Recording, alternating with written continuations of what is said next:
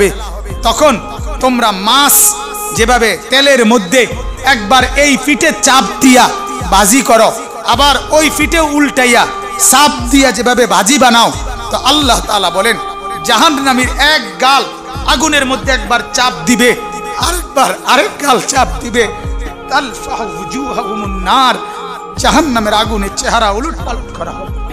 মা তার সন্তানের পরিচয় দিবে না, সন্তান তার মার পরিচয় দিবে না, স্বামী স্ত্রীর পরিচয় দিবে না, স্ত্রী স্বামীর পরিচয় দিবে না। কিতাবের মধ্যে আছে মুসা নবীর মতো নবী বলবে লা আসআলুকাল ইয়াউমা উম্মি ওয়ালা উখতি, আল্লাহ আমি মুসা আমার মাকে চাই না, আমার বাপকে চাই না, বাল আসআলুকাল ইয়াউমা নাফসি, বরং আজ হাসরের মাঠে আমি শুধু আমার ব্যাপারেই আপনার কাছে ফরিয়াদ করছি, ফরিয়াদ করছি। কিতাবে আছে ইব্রাহিম নবী চোখের সামনে দেখবে, ইসমাইলকে দেখা যায়, একবারও বলবে না আল্লাহ ওকে বাঁচান, বরং বলবে আল্লাহ আমি ইব্রাহিমকে বাঁচান। হযরতে ইয়াকুব নবী বলবে, দেখবে ইউসুফকে দেখা যায়, এটা সেই ইউসুফ জীবনে দুনিয়ার হায়াতে কানতে কানতে যেই পুত্রের জন্য চোখ সাদা বানায় ফেলছে, অন্ধ বানায় ফেলছে, হাসরের ময়দানে তাকে চোখের সামনে দেখার পরেও ইয়াকুব নবী বলবে আল্লাহ ওকে না, ওরটা ও বলুক, আমাকে বাঁচান, আমারটা আমি ভাবছি, ইয়া রব্বি নাফসি নাফসি। অতএব আল্লাহ তাআলা বলেন হাসরের ময়দানে কেউ কারো আত্মীয়তার সম্পর্ক দিবে না, পরিচয় দিবে না। আর এটার আরেক তাফসীর হলো যেটা একটু আগে বললাম, হাসরের ময়দানে এক ফেরেশতা বলবে কেউ যদি কারো কাছে কোনো প্রাপ্য থাকে, কিছু পাওনা থাকো নিয়ে নাও, তখন সন্তান আপন বাপের কাছে নিজের পাওনা চাইবে, বাপ তার ছেলের কাছে চাইবে, ছেলে বলবে বাপ আপনি আমার আব্বা না, বলছে না, দিয়ে দাও আমার হক। সন্তান বলবে আব্বা আমি আপনার বাপ পুত না, আপনি আমার হক দিয়ে দেন। অর্থাৎ আত্মীয়তার সম্পর্কের রিয়ায়ত করবে না। আত্মীয়তার সম্পর্কের কারণে তো মানুষ অনেক কিছু লজ্জায়, খাইলে খাইছে আর কি, নিলে নিছে আর কি, কিন্তু আল্লাহ তাআলা বলেন সেদিন হাসরের মাঠে এটা করবে। এরপরে ওয়ালা ইয়াতাসাআলুন, কেউ কাউকে কিছুই জিজ্ঞেস করবে না, বরং প্রত্যেকে নিজেকে নিয়ে ব্যস্ত থাকবে।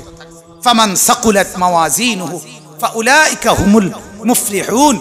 আর সেদিন হাসরের মাঠে আল্লাহ তাআলা বলেন একাকী চিন্তা করতে হবে, একাকী আমলনামা নিতে হবে, একাকী মিজানের পাল্লায় এসে দাঁড়াইতে হবে।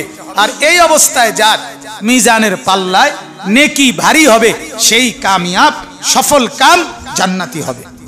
ওমান খাফফাত মাওয়াজিনুহু ফাউলাইকাল্লাযীনা খাসিরু আনফুসাহুম। আর যার আমলনামায় নেকি হালকা হবে, আল্লাহ বলে সে তো ওই লোক যে নিজের বরবাদি নিজে করছে, নিজের ক্ষতি নিজে করছিল, নিজের নামাজ নিজে পড়ে নাই, নিজের পর্দা নিজে করে নাই, নিজের বেহায়াই নিজে করছে। মা আপনি নিজের ক্ষতি নিজে করছেন, গুনাহ আপনি করছেন, নাফরমানি আপনি করেছেন, বেপরদেগি আপনি করেছেন। আল্লাহ তাআলা বলেন ফি জাহান্নামা খালিদুন, তারা জাহান্নামের মধ্যে চিরস্থায়ী থাকবে। এরপরে শেষে যে আল্লাহ তাআলা বলেন বড় আশ্চর্য কথা বলছেন, বড় ভয়ের কথা, তালফাহু ওয়ুজুহাহুমুন নার।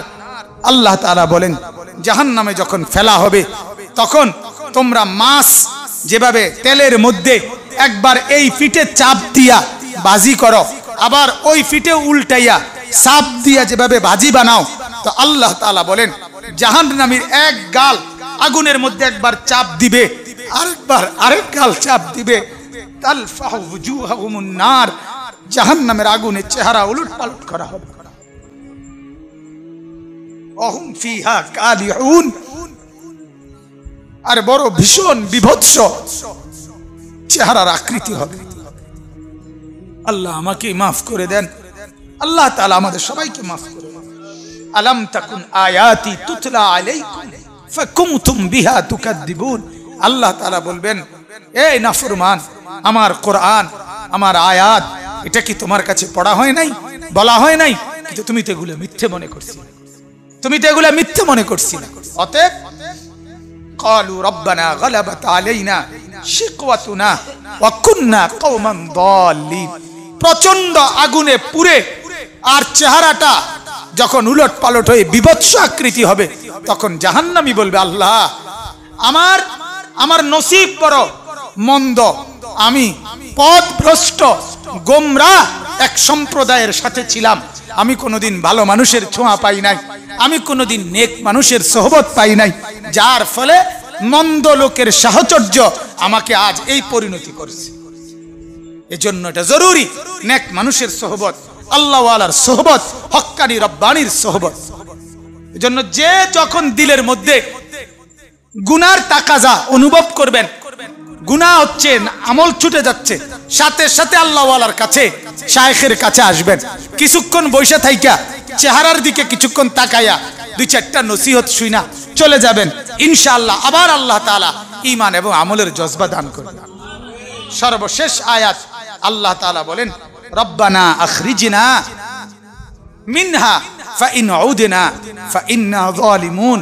নাফরমান জাহান্নামী পেরেশান হইয়া আগুনের বিভৎসতায় অস্থির হয়ে সর্বশেষ জাহান্নামী বলবে, আল্লাহ আমার এখান থেকে বাহির করেন, আমি আর পারতেছি না।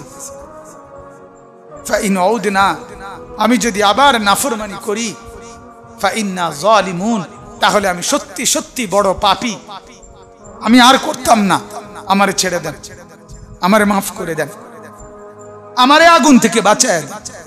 শেষ আল্লাহ বলবেন, ক্বাল ইখসাউ ফিহা, আল্লাহ বলবেন ইখসাউ ফিহা, আরে বেঈমান নাফরমান, এখন তুই জাহান্নামে পড়ে থাক, ওয়ালা তুকাল্লিমুন, আর কোনো কথা বলবি না।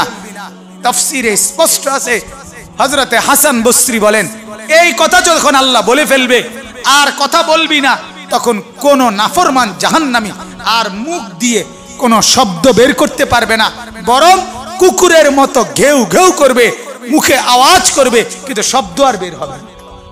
আল্লাহ আমাদেরকে মাফ করে দেন।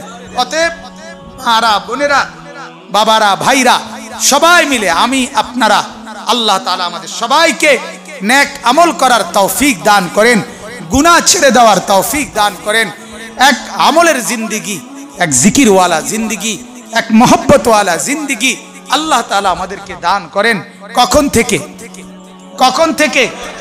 আবার বলেন, আবার বলেন, আবার বলেন। আল্লাহ আমাকেও তৌফিক দান করেন, আমাদের সকলকে তৌফিক দান করেন।